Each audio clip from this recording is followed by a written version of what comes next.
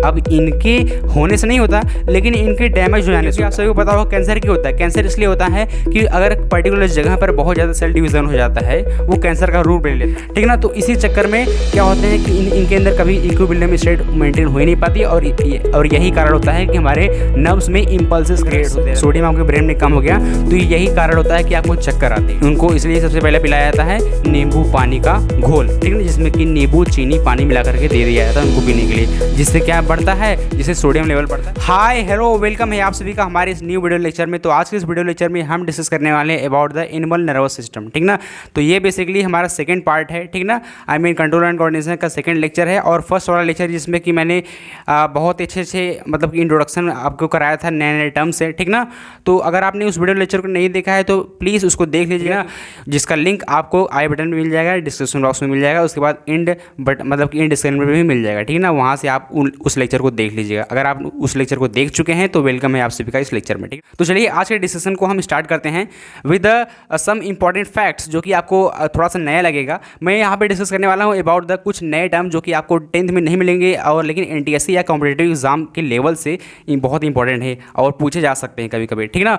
तो चलिए बात करते हैं। देखिए हमारे ब्रेन में ना बेसिकली 2 टाइप के सेल पाए जाते हैं, ठीक ना। अब देखिए आप तो अब 9th तक यही पढ़ते आए हैं कि हमारे ब्रेन में खाली न्यूरॉन्स होते हैं, वही मतलब कि कंडक्शन का और ट्रांसमिशन काम करते हैं मैसेज का ना। लेकिन अब यहाँ पे आपको कुछ एक नया टर्म मिलेगा जिसको हम बोलते हैं न्यूरोग्लायल सेल, ठीक ना। उसको हम ग्लायल सेल के नाम से भी खाली जानते हैं, ठीक ना।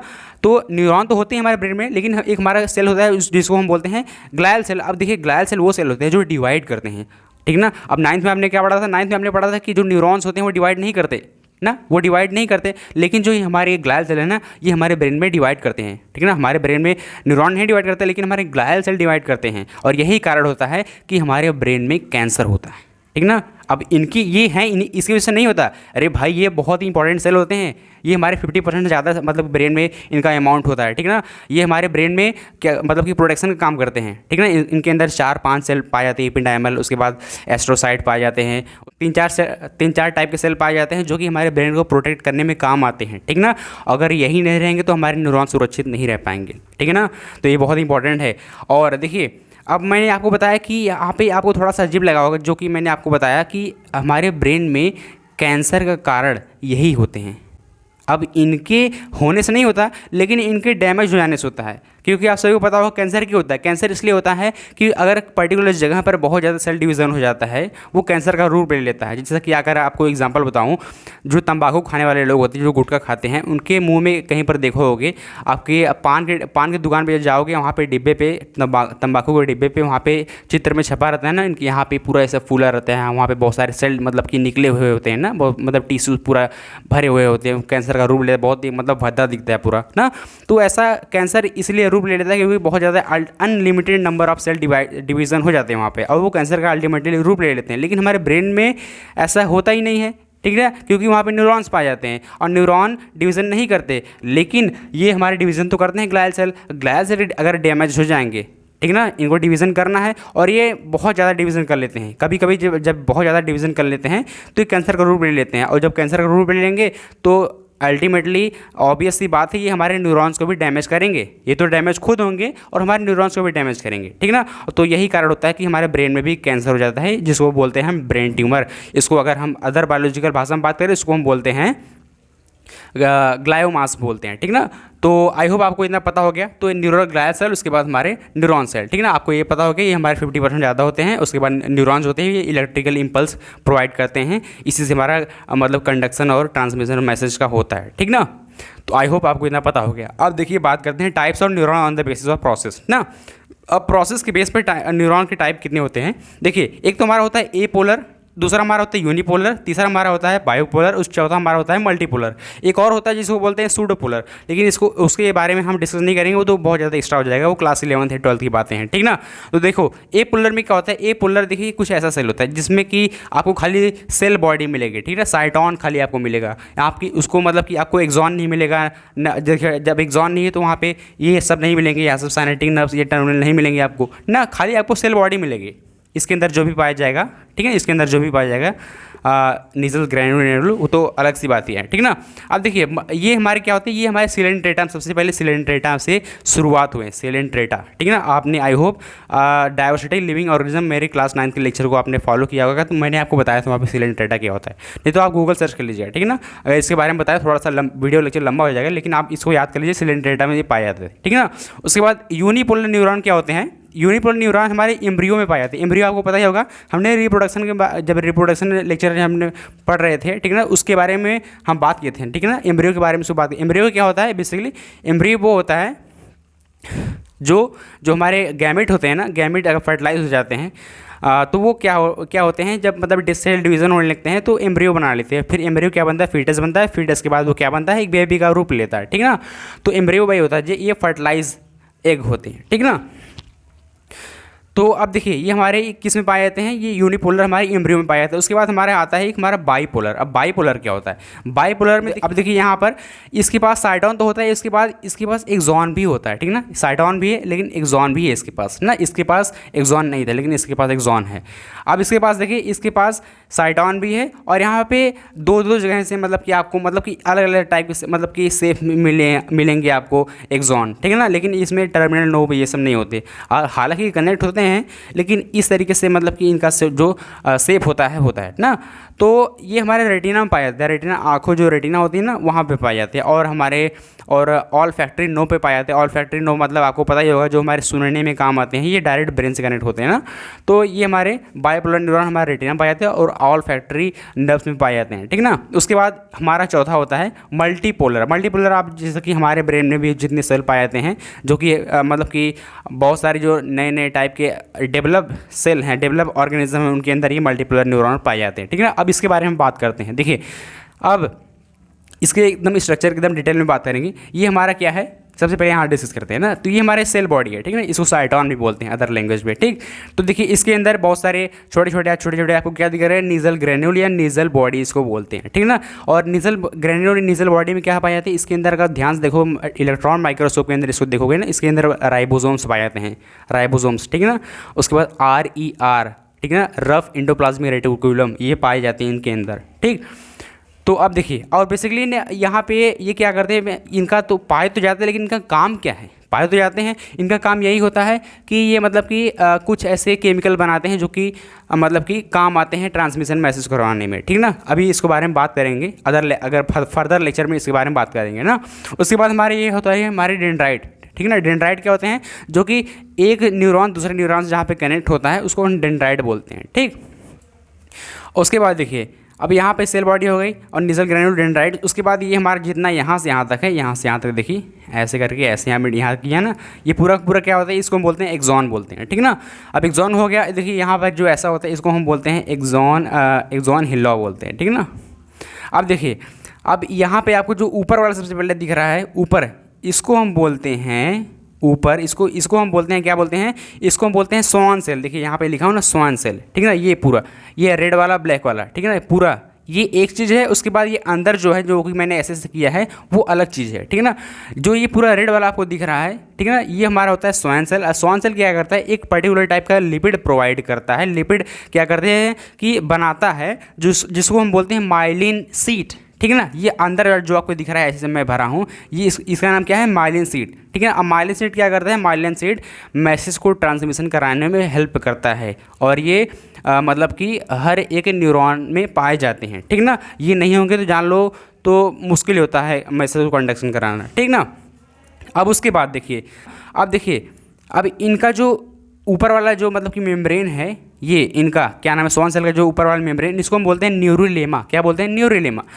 और उसके बाद देखिए यहाँ पे ये हो गया, और देखिए जो यहाँ पे आपको दिख रहा है ना, ये क्या नाम, माइलिन शीट। माइलिन शीट देखिए कॉन्टिन्यूस नहीं है, एक यहाँ से यहाँ तक तो गया है लेकिन यहाँ ख़त्म हो गया, फिर दूसरा यहाँ स्टार्ट हुआ है, ऐसे। ये मतलब कॉन्टिन्यूस नहीं है, आपस में जुड़े नहीं है, मतलब कॉन्टिन्यूस नहीं है। तो इनके अंदर का जो गैप होता है, इनके बीच का जो गैप होता है, यहाँ से यहाँ तक लिखा हो, ठीक है ना, यहाँ से यहाँ तक, तो इनके गैप को हम क्या बोलते हैं, नोड ऑफ रेनबियर बोलते हैं। आई होप आपको इतना समझ में आ गया, ठीक ना। और उसके बाद यहाँ पे बात करते हैं इसके मतलब टर्मिनल की बात, टर्मिनल नोब के बारे में बात करते हैं, ठीक है ना। अब देखिए जो फूले वाला पार्ट आपको दिख रहा है, यहाँ पे अभी ये जो वेसिकल आपको दिख रहा है ना, इसके बारे में नहीं बात करें। यहाँ पे जो यहाँ जब ये नहीं रहेगा तब कैसा रहेगा, तो ये पूरा फूला वाला पार्ट इसको हम बोलते हैं टर्मिनल नोब, ठीक है ना, नोब। और उसके बाद जो हमारे यहाँ पे जो आपको दिख रहा है ये वेसिकल है, वेसिकल इसको क्या बोलते हैं, साइनेप्टिक टर्मिनल, साइनेप्टिक वेसिकल बोलते हैं, ठीक ना। और उसके बाद इनके अंदर क्या पाए जाते हैं, इनके अंदर पाए जाते हैं न्यूरोट्रांसमीटर वो टाइप के केमिकल होते हैं जो कि मतलब कि केमिकल जब हम पढ़ेंगे केमिकल कंट्रोल एंड कोऑर्डिनेशन वहाँ पे काम आएंगे, ठीक है ना, क्योंकि ये एक से यहाँ से निकल करके दूसरे न्यूरॉन में जाते हैं, मैसेज पहुँचाते हैं, ठीक ना। अब आप बेसिकली समझ रहे होंगे कि आपके मन में एक डाउट आया होगा कि मतलब कि नर्वस जो मतलब इम्पल्स क्रिएट कैसे होते हैं, जो मतलब कि यहाँ पे नर्व्स तो हैं लेकिन कैसे कैसे मतलब मैसेज पहुँचता है, इम्पल्स पहले कैसे क्रिएट होता है, जो इलेक्ट्रिक इम्पल्स कैसे क्रिएट होता है। अब बेसिकली इसमें आपको बताऊं तो क्या होता है कि ना दो टाइप के आयन पाए जाते हैं, एक तो हमारा होता है सोडियम, एक हमारा होता है पोटेशियम, ठीक है ना। जो सोडियम आयन होता है, सोडियम आयन बाहर ज़्यादा पाए जाते हैं, उसके बाद जो पोटेशियम आयन होता है वो अंदर ज़्यादा पाए जाते हैं, ठीक है ना। और इन्हीं के जो कंसंट्रेशन जब चेंज हो जाते हैं ना, जब इनकी कंसंट्रेशन में कभी चेंजिंग होती है, कभी अंदर बाहर कभी ज़्यादा बाहर हो जाते हैं, तो मतलब अंदर बाहर करते जाते हैं इक्विलिब्रियम स्टेट को मेंटेन करने के लिए ना, इक्विलिब्रियम स्टेट को मेंटेन करने के लिए, लेकिन कभी अल्टीमेटली हो ही नहीं पाता, ठीक है। इक्विलिब्रियम मेंटेन कभी हो ही नहीं पाता वो स्टेट, और यहाँ पे अंदर बाहर आयन होते रहते हैं, ठीक है ना। बाहर सोडियम रहता है ज़्यादा और अंदर पोटेशियम ज़्यादा रहता है, तो ज़्यादा जहाँ पर रहता है वहाँ से निकल करके जहाँ कम होते हैं वहाँ जाना चाहता है, ठीक ना। हायर कंसंट्रेशन से लोअर कंसंट्रेशन जाना चाहता है, और जितना बाहर सोडियम है वो ज़्यादा बाहर करके अंदर जाना चाहता है, क्योंकि वहाँ पे अंदर सोडियम का कंसंट्रेशन कम है, ठीक ना। तो इसी चक्कर में क्या होते हैं कि इनके अंदर कभी इक्विलिब्रियम स्टेट मेंटेन हो ही नहीं पाती, और यही कारण होता है कि हमारे नर्व्स में इम्पल्सेस क्रिएट होते रहते हैं, और हमें मतलब कि क्या होते हैं मैसेज हमारे ब्रेन तक पहुंचते रहते हैं, ठीक है, मतलब कि हम समझते रहते हैं। आप देखिए जो सोडियम है, अब सोडियम क्या होता है कि अगर सोडियम आपके ब्रेन में अगर कम हो गया, ठीक है ना, अगर सोडियम आपके ब्रेन में कम हो गया तो यही कारण होता है कि आपको चक्कर आते हैं, ठीक है ना। अब देखिए सोडियम अगर कम हो गया तो मैसेज पहुंचना मुश्किल ही है, ठीक है ना, क्योंकि यहाँ पे दो आयन बहुत जनरली हम मानते हैं दो आयन होते हैं यहाँ पे, एक सोडियम पोटेशियम। सोडियम अगर कम हो गया तो हमें चक्कर आते हैं, ठीक है। अगर हम कहीं ज़्यादा काम कर लेते हैं, बहुत ज़्यादा मतलब कि कुछ जैसे हार्ड वर्क करते हैं तो बहुत ज़्यादा पसीना निकलता है ना, पसीने के साथ हमारे सोडियम भी गिरते रहते हैं। मतलब सोडियम क्या होते हैं, सोडियम आपको पता ही होगा नमक टाइप के होते हैं ना, पसीने के साथ वो भी निकल जाते हैं, नमकीन टाइप के होते हैं ना। तो सोडियम लेवल कम रहता है, उसके बाद चक्कर आने लगते हैं, आप बहुत ज़्यादा काम कर थक जाते हैं, उसके बाद आपसे कुछ काम नहीं करा जाता। कभी कभी धूप में देखो, अगर भट्टे पे आप जाओगे तो वहाँ पे लोग मतलब काम करते करते कभी कभी एकदम थक जाते हैं, कभी उनको चक्कर भी आने लगता है ना। तो यही कारण होता है, मतलब उनका सोडियम घट जाता है, और उनको इसलिए सबसे पहले पिलाया जाता है नींबू पानी का घोल, ठीक है ना, जिसमें कि नींबू चीनी पानी मिला करके दे दिया जाता है उनको पीने के लिए, जिससे क्या बढ़ता है, जिससे सोडियम लेवल बढ़ता है, उसके बाद वो फिर से अपने स्टेट में आ जाता है, ठीक ना। तो आई होप आपको इतना पता हो गया।